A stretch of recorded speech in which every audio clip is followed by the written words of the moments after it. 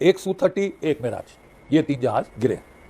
लड़ाई में जहाज नहीं गिरेंगे तो और कब गिरेंगे? रिपब्लिक डे परेड पे कहते हैं ना, शहसवार वो गिरते हैं शहसवार मैदान जंग में, और अगर आपने तीन हिट भी हो गए तो क्या, कौन सी बड़ी बात है। सो बारीकी में देखने का वक्त आ गया है कि साहब हुआ क्या। 7 तारीख 7 मई रात के 1:05 सुबह के 7 की सुबह के, ठीक है साहब, हमारे जो जेट फाइटर्स थे वो उन्होंने उड़ान भरी। आप तो जो है बड़ी बड़ी डींगे बेशक हाँकते रहे, एक भी टारगेट को बचा नहीं पाए। हमारे पाकिस्तान का कहना है कि साहब बड़ी एयर बैटल हुई। हमारे जो J-10C एयरक्राफ्ट थे वो कई दिनों से जो कॉम्बैट एयर पेट्रोल कर रहे थे, और वो जो थे लो फ्लाइंग कर रहे थे ग्राउंड पे, ताकि रडार पे पिकअप ना करें। अपने फाइटर्स अपने मिसाइल लॉन्च करके उड़ रहे थे। इनका कहना है कि जब वो टर्न ले रहे थे तो ये उठे और इन्होंने हमारे 5 या 6 जहाज मार गिराए।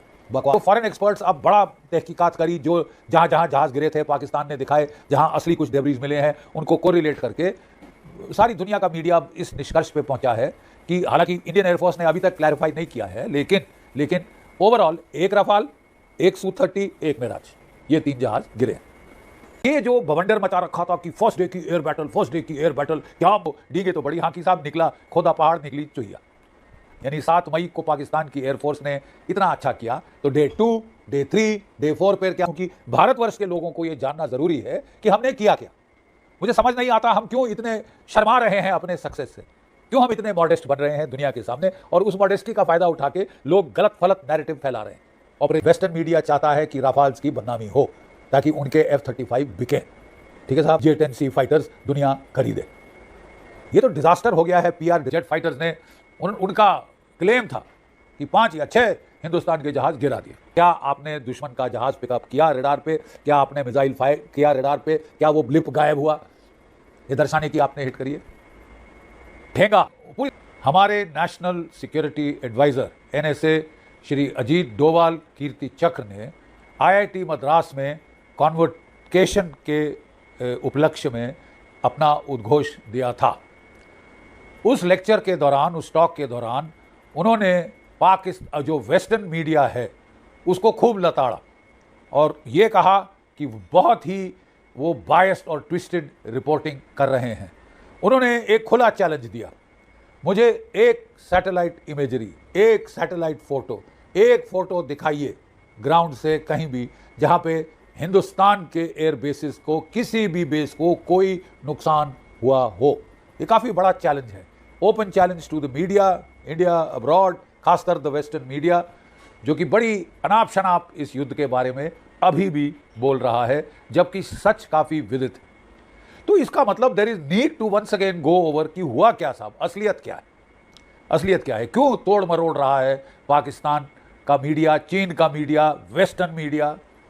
पाकिस्तान की तो खैर बात ही अलग है, पिटे हैं, सेल्स प्रमोशन एक्सरसाइज करना चाहते थे, इसलिए जो एयर वाइस मार्शल औरंगजेब, जो कि deputy chief of air staff operations है पाकिस्तान एयरफोर्स का, उसने जो बड़ी एक स्लिक और सेक्सी ब्रीफिंग दी थी 7 मई को, मतलब आप समझ लीजिए 7 मई को ही दी थी उसने, बड़ा अच्छा पावर पॉइंट प्रेजेंटेशन, जिसपे तो वो लड़ाई जीत गए 7 मई को।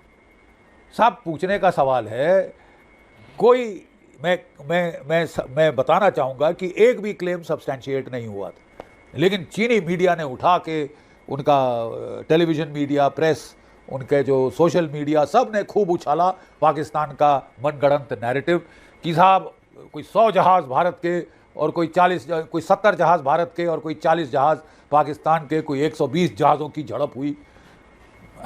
बड़ी अच्छी लगती थी वो पावर पॉइंट पे 4 ब्लॉक्स इंडियन जहाज़ों के, कश्मीर से वो कच्छ तक फ्लाई करके जा रहे हैं पाकिस्तान की तरफ, और पाकिस्तान के जहाज़ खड़े हो रहे हैं, और किस तरह J-10C ने, चाइनीज़ जेट फाइटर्स ने, उनका क्लेम था कि 5 या 6 हिंदुस्तान के जहाज़ गिरा दिए। ठीक है साहब, एविडेंस इल्ले। क्या आपने दुश्मन का जहाज़ पिकअप किया रडार पे? क्या आपने मिसाइल फायर किया रडार पे? क्या वो ब्लिप गायब हुआ? ये दर्शाने की आपने हिट करी है। ठेंगा, इल्ले, साइफर, जीरो। हाँ, क्लेम्स आप जो मर्जी चाहें कर सकते हैं, मनगढ़ंत आसमान उठा सकते हैं, लेकिन चीनी मीडिया ने तो ऐसे पकड़ा जैसे डूबते को तिनके का सहारा, जग हसाई हो रही थी अपने हथियारों की। तो वो J-10C को लेके तो उन्होंने खूब ढोल पीटना शुरू किया अपने J-10C जेट फाइटर्स का, जो कि F-16 की जो बनाया था इजराइल ने, लावी, उसकी कॉपी है। अपना डिज़ाइन भी नहीं है, जो इजराइल की कॉपी, ठीक है साहब। लेकिन पूरी दुनिया में फैला दिया कि साहब राफाल बेकार है और हमारे जहाज़ बहुत अच्छे हैं, वो हावी हुए हैं रफाल के ऊपर, 3 रफाल मार गिराए। अरे सिरस्वार रफाल मार गिराए, ठीक है साहब। घूम पिट के अब जहाँ जो वेस्टर्न मीडिया है साहब, उनके भी they have lot of axe to grind. अब रफाल जो है कंपेटिटर साबित हो रहा था American F-35 5th generation fighter का। कॉस्ट दोनों का बराबर है, इनिशियल कॉस्ट, ठीक है। रफाल को पसंद किया है, चुना है ओवर दी F-35। तो क्वाइट ऑब्वियसली जो अमेरिकन आर्म्स इंडस्ट्री है, आर्म्स लॉबी है, वो बहुत खिन्न है फ्रांस के साथ। वो फ्रांस को कंपेटिटर देखते हैं, बड़े बड़े लुक्रेटिव कॉन्ट्रैक्ट्स रफाल ले जा रहा है, तो रफाल को डाउन करो, खूब प्रोपेगेंडा करो कि साहब बेकार फाइटर है। हाँ, वो अनआर्म्ड इंसर्जेंट्स के खिलाफ ठीक था, लीबिया शिबिया में कौन हथियार वो AK-47 लेके घूम रहे थे, उनको ठोक दिया, तो क्या ये जहाज़ असली में कामयाब नहीं हुआ। ये वेस्टर्न मीडिया और चाइनीज़ मीडिया का बड़ा प्रोपेगेंडा था। So now let us get to the truth, क्योंकि अब बारीकी में देखने का वक्त आ गया है कि साहब हुआ क्या। 7 तारीख 7 मई रात के 1:05 सुबह के 7 की सुबह के, ठीक है साहब, हमारे जो जेट फाइटर्स थे वो उन्होंने उड़ान भरी और स्टैंड ऑफ डिस्टेंसेस से अपने ब्रह्मोस और जो स्कैल्प मिसाइल्स हैं, स्टैंड ऑफ क्रूज मिसाइल्स, उनको फायर किया।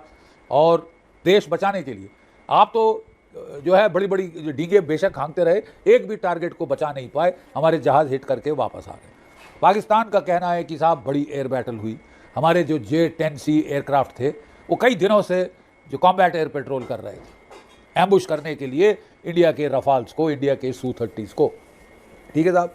और वो जो थे लो फ्लाइंग कर रहे थे ग्राउंड पे, ताकि रडार पे पिकअप ना करें, अपने रडार और अपने रेडियो ऑफ करके उड़ रहे थे।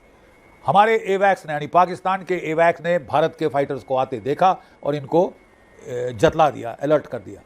तो जब हमारे फाइटर्स अपने मिसाइल लॉन्च करके उड़ रहे थे, इनका कहना है कि जब वो टर्न ले रहे थे तो ये उठे और इन्होंने हमारे 5 या 6 जहाज़ मार गिराए। बकवास। तो फॉरेन एक्सपर्ट्स अब बड़ा तहकीकात करी, जो जहाँ जहाँ जहाज़ गिरे थे पाकिस्तान ने दिखाए, जहाँ असली कुछ डेब्रीज मिले हैं उनको कोरिलेट करके सारी दुनिया का मीडिया इस निष्कर्ष पे पहुँचा है कि हालांकि इंडियन एयरफोर्स ने अभी तक क्लैरिफाई नहीं किया है, लेकिन ओवरऑल 1 रफाल, 1 Su-30, 1 मिराज, ये 3 जहाज़ गिरे। लड़ाई में जहाज़ नहीं गिरेंगे तो और कब गिरेंगे? रिपब्लिक डे परेड पे कहते हैं ना, शह सवार वो गिरते हैं शह सवार मैदान जंग में, वो तिफल क्या गिरेगा जो घुटनों के बल चलता है, ठीक है ना। क्राफ्ट हमने मार गिराए हैं और अगर आपने तीन हिट भी हो गए तो क्या, कौन सी बड़ी बात है। उनके पायलट सेफली इजेक्ट हुए, भारत में आ गए। All pilots are safe as said by air marshal Tiwari, ठीक है।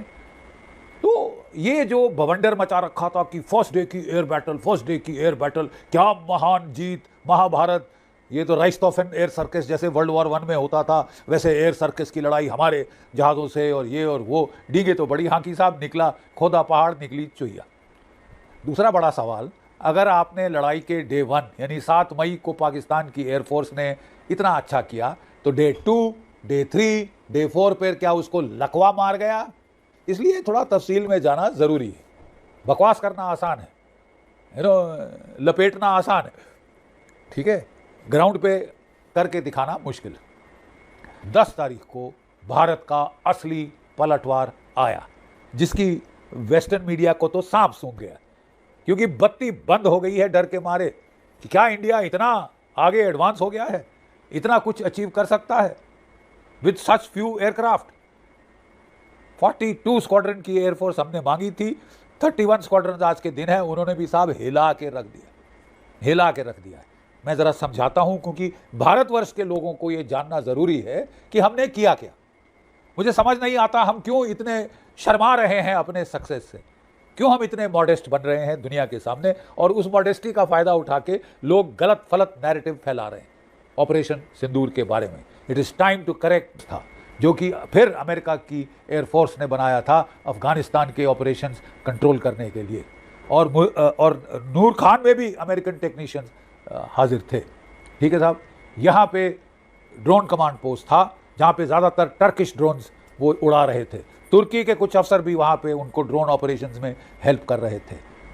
हमारे रफाल्स ने स्काल्प मिसाइल फायर किया, 3 मीटर का छेद किया उसने वो बंकर के कमांड पोस्ट के ऊपर, और फिर अंदर जाके फटा और सत्यानाश हो गया drone command and post control post का। सैटेलाइट कम्युनिकेशंस गई दोनों, नूर खान की और यहाँ की, जिससे वो अमेरिकन सैटेलाइट कम्युनिकेशन के साथ भी लिंक थे, वो गई साहब, सब की सब गई। उसने 4 वहाँ पे पार्क थे F-16, वो वहीं ध्वस्त हो गए। अपना लॉस छुपाने के लिए पाकिस्तान ने जो 80 फुट का होल था उस पर डाली तरपाल, ठीक है साहब, और वहाँ से कोई जहाज़ के परखच्चे भी नहीं निकाले, कोई इन्होंने एवैक के भी जो टूटे फूटे हिस्से हैं वो नहीं निकाले, कोई रिमेन्स नहीं निकाले, और वहाँ पे ये छुपाने की कोशिश करी। रहीम यार खान में हमने इनके एयरबेस को हिट किया, रनवे को हिट किया, क्रेटर किया, ठीक है साहब। कराची में हमने इनके जो रनवे को हिट किया, इनके कमांड एंड कंट्रोल हेडक्वार्टर को वहाँ भी हमने हिट किया, और कुछ वहाँ पे जो फ्यूल टैंक्स थे उनको हिट किया। ये तो मैं गिने चुने बता रहा हूँ जहाँ की बड़ा ज़बरदस्त नुकसान हुआ है। विजिबल एविडेंस, अगर हमने हमारे जब एयर मार्शल तिवारी साहब ने DGMOs की ब्रीफिंग की थी वहाँ पे, उसमें सैटेलाइट फोटोग्राफ्स दिखाए थे बिफोर एंड आफ्टर, ताकि लोग खुद जिनके पास आंखें हैं वो समझ सकें, ठीक है साहब। कितने सारे फॉरेन एक्सपर्ट जो कि न्यूट्रल हैं, जो कि ऑब्जेक्टिव हैं। टॉम कूपर, ऑस्ट्रिया का मिलिट्री एविएशन हिस्ट्री एक्सपर्ट, ठीक है। कर्नल जॉन, ठीक है, जो कि वेस्ट पॉइंट का जो इंस्टीट्यूट फॉर वॉर है उसमें एक एनालिस्ट है, ठीक है। लैडविग, जो कि royal United service institution London वो है, ठीक है। कैल्डवेल, जो कि स्टिम्सन सेंटर का है। आप सबकी रिपोर्ट्स पढ़िए साहब, ऑब्जेक्टिव असलियत ये है। तो मैं देश के लोगों को मैं सिर्फ एक बार बताना चाहता हूँ कि रूमर्स मत सुनिए, पाकिस्तान की मनगढ़ंत कहानियों को तवज्जो मत दीजिए। वेस्टर्न मीडिया चाहता है कि राफाल्स की बदनामी हो ताकि उनके F-35 बिकें, ठीक है साहब।